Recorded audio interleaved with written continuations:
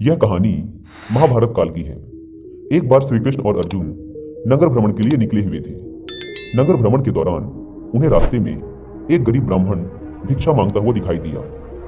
अर्जुन को उस गरीब ब्राह्मण पर दया आ गई और उन्होंने उस गरीब ब्राह्मण को अपने पास बुलाया। वह अपने कमर पर लटकी सोने के सिक्कों से भरी पोटली उसे दे दी। इतने सारे सोने के सिक्के देखकर ब्राह्मण की खुशी का ठिकाना ना रहा। उसने श्री कृष्ण और अर्जुन दोनों का धन्यवाद किया और वहां से घर के लिए चल पड़ा। वह रास्ते भर यही सोच रहा था कि अब उसकी जिंदगी बदल जाएगी। वह एक अच्छा सा घर खरीदेगा और अपनी पत्नी व बच्चों की सभी मांगों को पूरा करेगा और बचे हुए सिक्कों से एक छोटा सा व्यापार शुरू करेगा। लेकिन उस बेचारे ब्राह्मण को नहीं पता था कि उसका दुर्भाग्य उसके साथ चल रहा था। घर के रास्ते की एक सुनसान जगह पर एक लुटेरे ने उससे वह सोने के सिक्के से भरी पोटली छीनकर भाग गया। गरीब ब्राह्मण ने कुछ देर तक तो उस लुटेरे का पीछा किया, लेकिन जब वह लुटेरा उनके हाथ से निकल गया तो वह अपना सर पकड़कर वहीं बैठ गया। वह दुखी मन से घर पहुंचा और अगले दिन से फिर भिक्षा मांगनी शुरू कर दी। कुछ दिनों बाद जब श्री कृष्ण और अर्जुन दोबारा नगर भ्रमण के लिए निकले तो उन्होंने उस गरीब ब्राह्मण को फिर से भिक्षा मांगते हुए देखा। यह देख अर्जुन को बड़ा आश्चर्य हुआ कि इस ब्राह्मण को इतनी सारी स्वर्ण मुद्राएं दी, इसके बाद भी यह भीख मांग रहा है। अर्जुन ने ब्राह्मण को अपने पास बुलाया और पूछा कि तुम भिक्षा क्यों मांग रहे हो। तब ब्राह्मण ने सारी कहानी श्री कृष्ण और अर्जुन को सुनाई कि एक लुटेरे ने उसके सिक्कों की पोटली उससे छीन ली है। यह देखकर अर्जुन को फिर से उस गरीब ब्राह्मण पर दया आ गई और अर्जुन ने इस बार अपने गले से हीरों की एक माला निकालकर उस ब्राह्मण को दे दी। ब्राह्मण ने फिर दोनों का धन्यवाद किया और खुशी खुशी घर के लिए निकल पड़ा।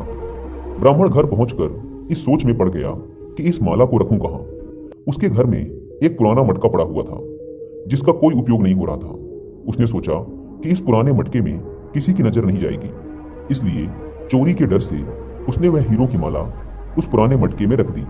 वह सुबह से भीख मांगते मांगते बहुत थक चुका था और अगली सुबह उसे भीख मांगने भी नहीं जाना था, इसलिए उस रात उसे बहुत गहरी और आराम की नींद आई। सुबह सुबह जब उसकी पत्नी पास की नदी में पानी भरने जा रही थी तो उसने देखा कि रोज वाले घड़े में एक छोटा सा छेद है, इसलिए वह उस पुराने घड़े को लेकर नदी में पानी भरने चली जाती है।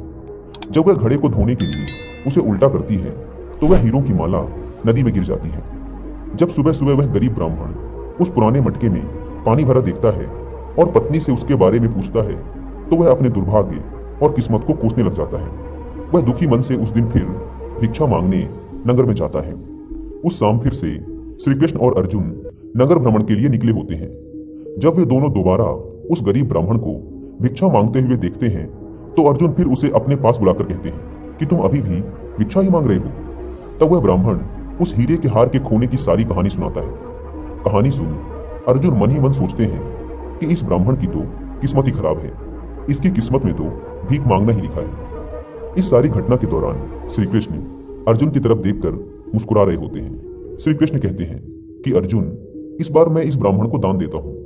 श्री कृष्ण ने एक छोटी सी मुद्रा उस ब्राह्मण को दान में दे दी।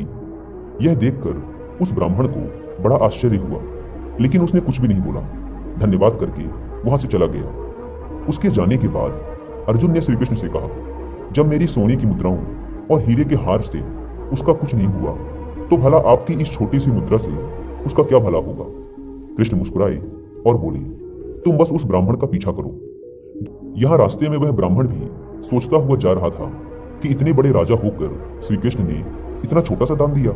इतने में तो मेरे परिवार के लिए एक दिन का खाना भी नहीं आएगा। वह ब्राह्मण यह सब सोचता हुआ जा ही रहा था कि रास्ते में उसने देखा कि एक मछुआरे के जाल में एक मछली फंसी तड़प रही है। उसने सोचा कि इस एक सिक्के से मेरा तो भला होगा नहीं, इस बेचारी मछली का ही भला कर देता हूँ। उसने उस मछुआरे से उस मछली का मोल भाव कर उसे खरीद लिया और अपने भिक्षा पात्र में पानी भर के उस मछली को उसमें रख लिया।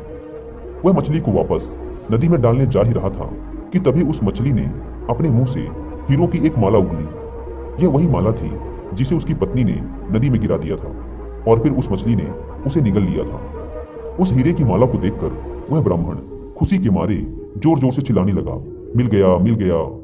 किस्मत से उसी समय वह लुटेरा जिसने ब्राह्मण से उसके सोने के सिक्कों की पोटली छीनी थी वहां से गुजर रहा था। जब उसने ब्राह्मण को जोर जोर से मिल गया यह चिल्लाते हुए सुना तो उसे लगा कि ब्राह्मण उसे पहचान गया, इसलिए वह जोर जोर से चिल्ला रहा है, अब ब्राह्मण महाराज युधिष्ठिर के दरबार में मेरी शिकायत करेगा, जिससे मुझे दंड दिया जाएगा। दंड के भय से वह लुटेरा ब्राह्मण के पैर पकड़ने लगा और उसे वह सारी स्वर्ण मुद्राएं वापस कर वहां से चला गया। किसान ने खुशी खुशी उस मछली को नदी में वापस छोड़ा और अपने घर चला गया। यह सब देख अर्जुन श्री कृष्ण के सामने नतमस्तक हुए बिना ना रह सके। उन्होंने कहा, वासुदेव, जो काम स्वर्ण मुद्राओं की थैली और हीरे के हार ना कर पाए, वो आपकी इस छोटी सी मुद्रा ने कैसे कर दिया? श्री कृष्ण ने कहा, पार्थ, यह उसकी सोच का अंतर है। जब तुमने उस गरीब ब्राह्मण को सोने की मुद्राएं और हीरे का हार दिया तो उसने सिर्फ खुद के सुख के विषय में सोचा, लेकिन जब मैंने उसे सिर्फ एक मुद्रा दी तो उसने दूसरे के दुख को खत्म करने के विषय में सोचा, जिससे उसका दुख खुद ब खुद खत्म हो गया। श्री कृष्ण ने आगे कहा, अर्जुन, सत्य तो यह है कि जब हम दूसरों के दुख के विषय में सोचते हैं, जब हम दूसरों का भला कर रहे होते हैं, तब हम ईश्वर का कार्य कर रहे होते हैं और तब ईश्वर हमारे साथ होते हैं।